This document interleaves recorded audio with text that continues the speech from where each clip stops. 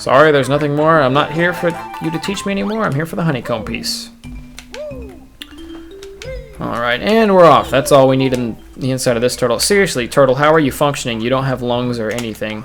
You just have a bunch of turtles inside you that sing when you beat the shit out of them. Okay, what am I ready for now? Covered everything that way. I've covered everything that way. Let me view my totals real quick to see where I am. 7 out of 10 jiggies, 1 out of 2 puzzle pieces, 73 of 100. Alright, I think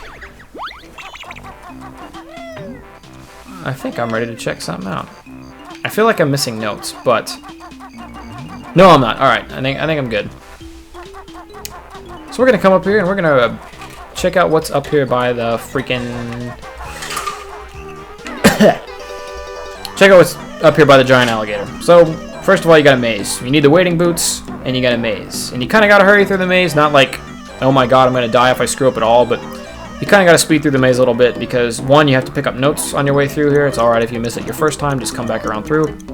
And two, if your wading boots run out before you get to the end, you were going to get bitten until you get to the end. So, yeah, once again, not the hardest thing in the world. This game is pretty simple, even if you're new to it.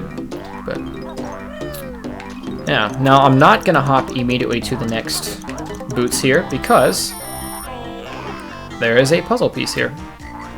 Another one of these puzzle piece timer thingies, so we're gonna see what happens.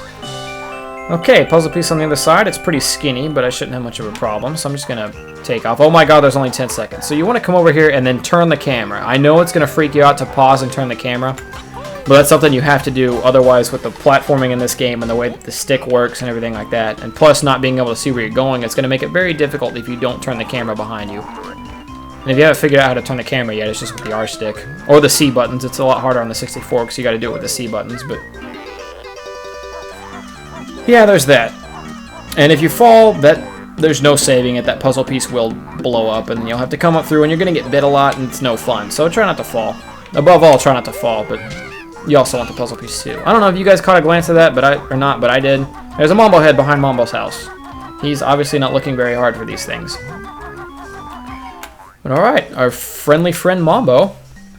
Taking a nap in here, of course. Now remember what I told you before, always before you turn into an animal? Check out what's in Mambo's house.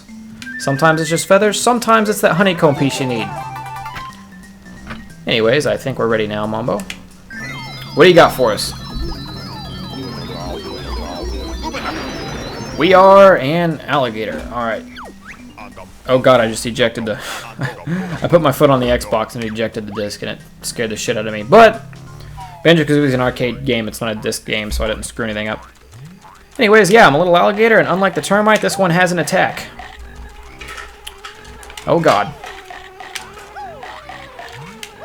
There we go. Yeah, this is the first time you get confirmation that Mambo is not only going to be in Mambo's hut. I'm missing a few notes and also wondering where they are, so actually I don't think I am. Where am I at again? 85 notes, alright. So we're not looking too shabby. But first things first. We had absolutely nothing to do with this big alligator before, but now that we're an alligator, maybe there is a way around this thing. Let's check out what it's got to offer inside its nose cavities. That makes sense, right? Well, first of all, you got 3 notes on one side, a Mambo head in the middle, and then 3 notes on the other side. So, yeah, Mambo took quite a few of our Mambo heads, but we're almost back up to 15, so that's good, I guess. And then let's see what we got in here. Her, I'm Mr. Vile. Apparently a retard, because I talk with her. But we gotta play his game. We can press A to accept or B to chicken out. I'm gonna warn you now, if you are not confident in your abilities in this game very much, or if you just want an easier road than most, well, not than most, if you just want the normal route, don't come in here. Don't come in here at all. Be an alligator, get what you got to get, and then get out of the level. Don't come in here, because as you can see in the back there, those are some running shoes. And those are some running shoes we're going to learn in a future level how to use those. They make you faster, but as of now, you don't have those. So this game is going to be a lot harder because you don't have the running shoes. But I'm going to take the game on anyway because I'm confident in my abilities. Game is simple. Eat more red yumbles than me. Press X to eat yumbles. Ready, 3, 2, 1, go. Alright, so we got to eat some little red things. Oh god, there are so many. Yep, you gotta speed through here, you gotta eat more than he does, and that's about the end of it. I don't know how to say more than that. If I quit talking at any point in this time, it's just because I am trying my darndest to beat this guy, and talking kind of distracts me. One strategy that I like to use a lot is get in front of him. If you can get in front of him, then not only will you eat Yumbles, but you will keep him from eating Yumbles because you're eating his. Another thing I like to use, there is a jump technique where if you jump and bite, sometimes you can steal his Yumble before he gets there. It basically just gives you a much larger hitbox to eat the Yumbles with. See, for example, taking his Yumbles away and making sure I have all of them. My jumping strategy didn't work there, but I've got a good enough lead. I'm not worried right now. Especially since all these things keep popping up in front of me. See what I did? I did the jump and then I bit. And sometimes even from a ridiculously far distance away, that means you can eat the Yumble even though you're further away than him. Now the second round, in my opinion, is the easiest. We play harder game. Eat reds, avoid yellow. They not ripe. Ready? 3, 2, 1. Alright. Same thing. Eat reds, avoid yellow. One thing I don't like about this is that he does know where they are just a split second before they pop up. So assuming that there are no red Yumbles around for whatever reason, that does happen sometimes, he will always start heading the right direction before you when one does pop up. Like I said, oh god. See, I'm stealing his Yumbles, especially with that jump technique I've been using. Don't disappear. Alright, there we go. Sometimes they pop up right in front of his face, too. I also don't like that. There we go. Just stay in front of him. Eat the Yumbles. He can't eat the Yumbles because I'm eating the Yumbles. That thing's going to disappear before I get there. Never mind. And always keep an eye on the marker to see how you're doing. I don't know. Some people... I missed that one completely. Some people don't like to watch the marker because I think it just distracts them, but I like to know where I'm at and how much I should be trying right now, I guess. I win! Alright, so that's round 2 of 3. Now, I'm not going to lie, I'm probably not going to talk at all during round 3. Round 3 is different. For whatever reason, even though the yellow Yumbles weren't ripe before, they're going to be ripe now. So you're going to have to trade. There's going to show something at the top of the screen. It's either going to be red or yellow, and you have to eat whichever one's showing at the top of the screen. So the first one's red, and I'm going to get on eating the red ones. But, like I said, I may take back what I may not talk as much this one because this is by far the hardest round. Especially when the Yumbles disappear on me like that. Oh god. Okay, see, I ate a bad one there, and that basically may have screwed me over. It's gonna be a bitch to make a comeback from this one.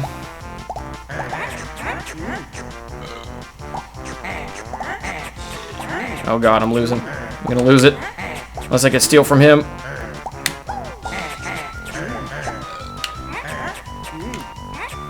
Alright, yeah, if I can keep getting in front of him like that, if they would quit showing up in front of his face, then I would be doing a lot better.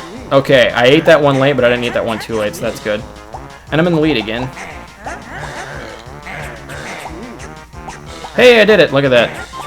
I'm not gonna lie, it's about 50-50. About half the time I have to do that one twice, the other half the time I only have to do that one once. But that last one is very hard. That last one is the one that you need the shoes for. He's gonna offer you another challenge.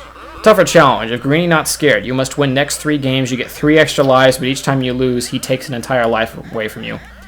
There is absolutely no reason to accept this one.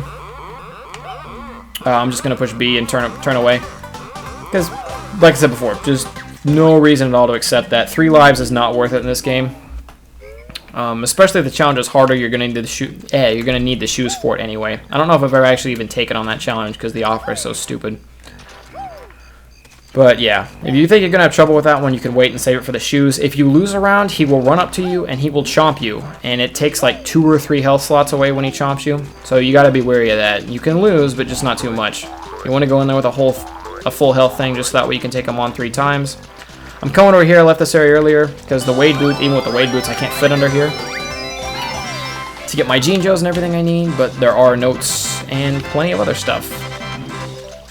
So there we go, I'm at 95 notes. Got 2 Mambo heads over here. I'm going to get them both. This is the only other area in the game where there are 2 Mambo heads side by side, aside from that Treasure Trove Cove thing. There are some Wade boots there in case you fall, but they're not going to help you get anything underneath here. So again, there's a reason I didn't come back here with Banjo Kazooie. A free guy back here, which I don't need. I have 9. I have 9 forever. And my last 5 notes. Now, as I did before with the termite, I'm going to leave the level as the crocodile for 2 reasons. One reason being that I don't want to go all the way back up to Mambo's hut to turn back into Banjo Kazooie when I don't need to, because if we check the totals here real quick, I have everything, all 100 notes, all 10 jiggies, and 2 puzzle pieces, or 2 honeycomb pieces. So there's no reason to go and getting changed back by Mambo. If the level, or if it'll turn me back automatically if I just leave the level anyways. That was a weird glitch I was on in the leaf there. And that Mambo head I said I would get earlier, I'm getting it now because I'm a freaking alligator and the piranhas don't bother me. If that wasn't made obvious already by me blatantly walking through the water. But there we go. Oh yeah, the second reason I'm leaving as a crocodile is because you remember that thing we couldn't fit into earlier? Little thing back by the Freezy Peak entrance? Well, we're going to be able to fit into it now because we're smaller. And what hides behind here is actually pretty interesting. It's something that I will be using in the game, but not right away. But it's a little bonus of sorts. I think, yeah, if you walk and bite, you move faster, but it's annoying. That's why I haven't been doing it. I've got this skirt, so when I'm thinner, it really makes me look a winner. Alright, Granny, that rhyme was kind of lame, but you do what you have to. Yeah, you can chomp and it makes you walk faster, but I haven't been chomping because it's probably annoying. We got a feather here, got a little tube to come back here, and what do we have back behind the pipe? It is a book. Oh god, learning. I hate learning. What do you got, book? Cheeto the spell book you have found. Magic cheats I have for you. Hey, book brain, what did you say? You'd better not give my spells away. Which lost book? Finders Bear and Bird are. Spell they get. We sure do, bag lady. Come on, book.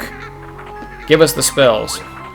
Only one spell Cheeto can tell. Enter the code Blue Eggs on Sandcastle Floor and Treasure Trove Cove World. Help you at will. Hidden in lair other spell books are, to them you should find. Okay, so he gave us a cheat. You remember back in Treasure Trove Cove when we had to enter Banjo Kazooie on the floor? If we go back there now and we enter Blue Eggs, our egg count will be doubled. We will go from 50 eggs to 100 eggs, or 100 eggs to 200. 100 eggs to 200, yeah. We'll be able to hold 200 eggs instead of just 100. And that helps out a lot, but not for the next couple levels. I'm not going to need it right away by any means, so I'm not going to take my time to go do it. Perhaps when I stop a session and start up again, I may go ahead and stop by Treasure Trove Cove on my way there. And I'll show you guys when I do it. Some people, when they do their playthroughs, are like, oh, I'm not going to do it because it's called Cheeto and it's considered cheating. Well, it's so blatantly obvious in the game, and like they give it to you in the game, I'm pretty sure it was meant to be used, so it's not going to bother me at all if I run and use some cheats in here.